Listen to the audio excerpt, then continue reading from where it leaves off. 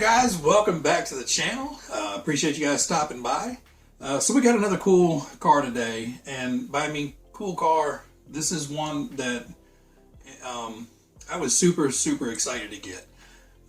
So full backstory real quick is RC Elf actually gave me this car probably a month and a half ago. It's been a little bit. It is officially the longest I have ever had an RC car kit that hasn't been put together and run already. So believe me, it's been hard to kind of hold off on getting to this, but I wanted to get to some of the other cars beforehand. So without further ado, we have the Nova Fox. Now I am super stoked about this. This kit to me is super sexy. I think it's just a beautiful looking car overall. I feel like this is I jokingly called it the Hot Shots sexy sister. It's just a really cool looking car. So without further ado, I'm gonna crack into this because as you can tell, it's still got the plastic on there, and that's killing me. So let's take it out of the box, see what's in here, and then I'm gonna get to building on this guy.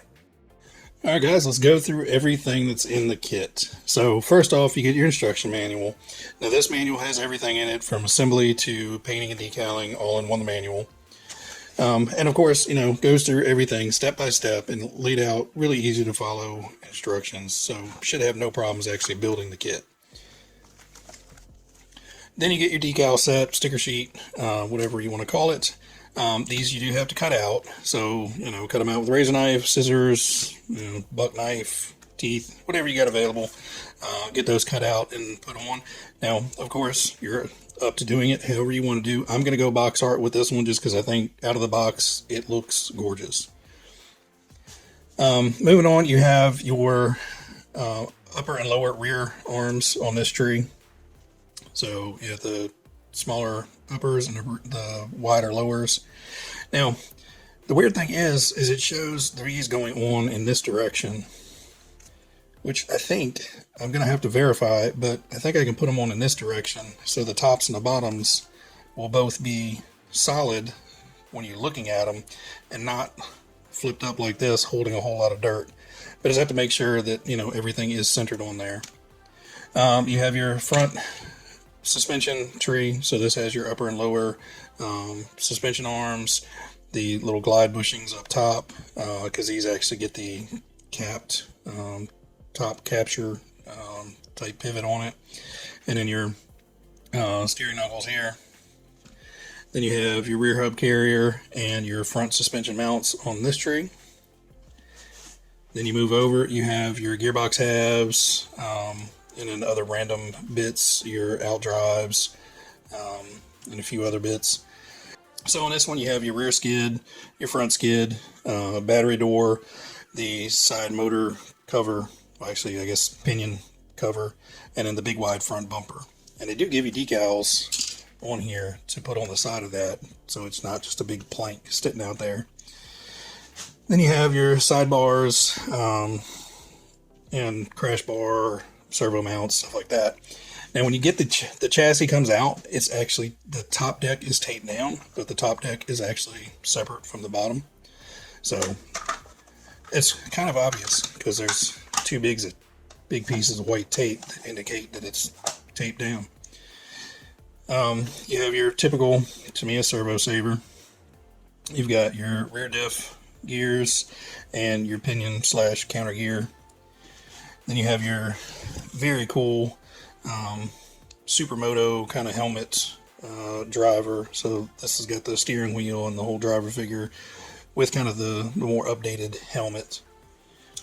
Then you have your yellow shocks. So you get the 3 identical shock bodies and then the trees to put all that together. This body, I love this body. To me, especially unpainted, it looks just like the RC10 kind of body. So that may be one of the reasons I like this kit so much. It just has that kind of really retro body lines of that RC10 era. But I do like that. Small wing will get capped on there. 2 body colors on this. It's just a PS4 blue and PS5 black for this little back area back here, I believe. So on the hardware, you have A, B, C, and D. So in bag A, you have assembly hardware. You've got grease, your 4-way link ends, a lot of little sticky tape and foam tape and stuff you'll need. Bag B has a reasonable amount of hardware in it. So you have assembly hardware, you have suspension pins, you have shock hardware, a lot of that stuff in this bag. Bag C, of course, you got your little motor plate, but you have the out drives and drive shafts and everything for the drive line, a lot of the brass pivot pins or pivot sleeves, and more hardware in there. And in bag D is basically just some additional pins and hardware, body clips, and a few little bit of metal parts in there. It does come with some metal bearings, so the metal shielded I'll put inside the transmission, and these bushings we'll be replacing with some TRB bearings, the plastic shielded ones that I have in here. TBLEO2S speed control, so that should be fine. Does come with a Silvercan 540. Now, since this car is going to look so awesome once it's all said and done, we're going to upgrade this bad boy to a GT tuned, just because I think, you know, this is a really cool kit and deserves a rebuildable kind of sexy can looking motor. So we're going to ditch old plain Jane here and put in something a little bit fancier. And of course, these super cool gold-plated wheels. Very deep dish on the back. Skinnies up front. Likewise, skinny tires. The very narrow, thin groove buggy tires on the back. And these are probably some of my favorite tires out there. You know, I see these block treads and I immediately think Hot Shot, but then they incorporated some of the spikes in there, and those spiked monster truck tires are my favorites. So I really like these. And I may try my hand at tire riding again to highlight the super gripper on there. Not sure, well, the front should be a whole lot easier. But, you know, we'll see about the tire riding. But, you know, it's going to look gorgeous as is. So we've got everything laid out. I just got to grab some tools and start making this thing into a car. Alright guys, so we've made it up to step 10 in the manual, and we now have the basics of the chassis put together. Not a whole lot going on. Basically, you're sticking in the electronics, getting the servo mounted, getting the links on there, because all of that is basically captured up in there. So we got the crash bars, Nerf bars, whatever you want to call them, the front suspension mounts onto the chassis cover. Got all the electrics in there already, with just the wires dangling out at the moment. Obviously the motor wires will get run up and the antenna wire will get run up as well. So that's where we're at this point. Next steps are going in to start assembling the front suspension and then the shocks, and then from there getting all that stuff mounted. So once you have all the shocks and stuff built, the front suspension, sway bar and stuff goes on, and then it turns over to the gearbox. So I'm going to get the front suspension done. We'll come back to that and then jump into the gearbox and then move on through. Alright guys, so we're back. We have the front suspension on. Now, there's nothing hard about this front suspension, but there are a lot of parts, especially in this one step. In step 12, you've just got an awful lot of hardware and a lot of moving parts to kind of get everything put together. Again, nothing is difficult. You know, step 11, you're basically putting the knuckles or the front spindles together with the inner part of the pivot. So you're getting all that kind of put together. These balls have to go down through here because this basically captures the bottom half of the ball. And then up here, you're capturing the top half in that section. So, you know, it's just an awful lot of loose, wobbly pieces to try to get lined up. These little discs, so these F6 pieces, they have a little tab sticking up on top of them. So make sure you get those the right way around, because like I said, that kind of comes up and captures the bottom of that ball. So they have to be tapered to catch that ball. So just pay attention to those, and, you know, make sure your threaded parts are sticking away. So they kind of, the threaded parts kind of go towards each other here. Other than that, it's not hard. It's just an awful lot of little hardware and stuff to pay attention to while you're working on it. And like I said, just making sure everything is lined up before you get all your screws tightened down.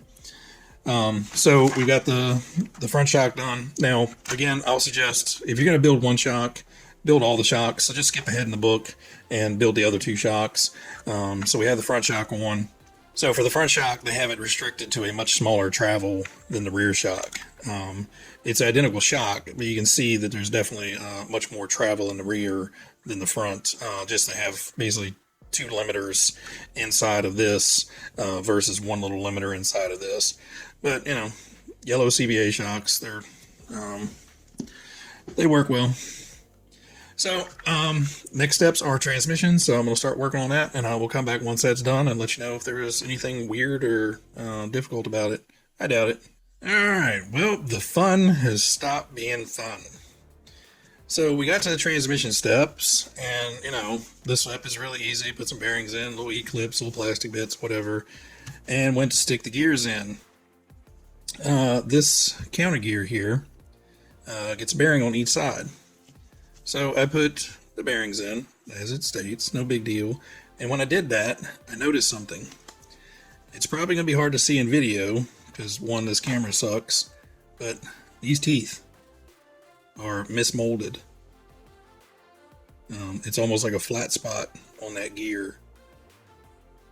So I'm not even going to build it with this. I know that's going to be horribly detrimental to the running of this, especially with a GT Tune motor in it.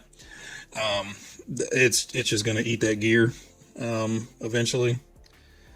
So, seeing that basically the spur side of the gear, or the spur gear is trash, I'm going to have to go contact Tamiya and see if I can get a replacement. With the way the world is right now, this whole build may be put on hold. Alright, well guys, so 1 little gear is going to prevent this whole kit from kind of going together, because, you know, there's really no point in doing but so much more. I mean, I'll work on, you know, getting some of the rear suspension stuff put together that I can, but, you know, everything is going to connect to these drive shaft, or these gearbox halves. So yeah, with that gear, that's a bummer. And honestly, out of all the Tamiya kits that I have built so far, I think this is the first QC problem I have ever had with any of them. I've never had any, you know, mismolded parts or poorly molded parts. If anything, sometimes overmolded maybe, where there's a little bit extra flash. But yeah, I think this one was just a QC issue, and I've got a flat spot in the gear. So I'm going to go inside and, you know, contact Tamiya and see what they can do. I'm also going to jump on, you know, eBay and Amazon and wherever else. I may be able to find some parts for it, but odds are this is going to be a slow piece to come. So at this point, I'm just going to wrap it up here. You know, don't let this affect your guys' decision on buying a Tamiya kit. Like I said, I've built dozens at this point, and this is literally the first time I've ever had any type of fitment issue, any kind of defect. So I'm hoping they'll go ahead and take care of this for me. If not, you know, I'll try to hunt down a part and get it done. And RC Elf, you know, please don't feel bad. If this is the worst thing that's happened out of any of these kits, it's totally cool, dude. I appreciate everything you've done for the channel, and, you know, a minor setback, no big deal. We'll find the part and get it running here shortly. But with that said, guys, everybody out there, be happy, be healthy, be safe.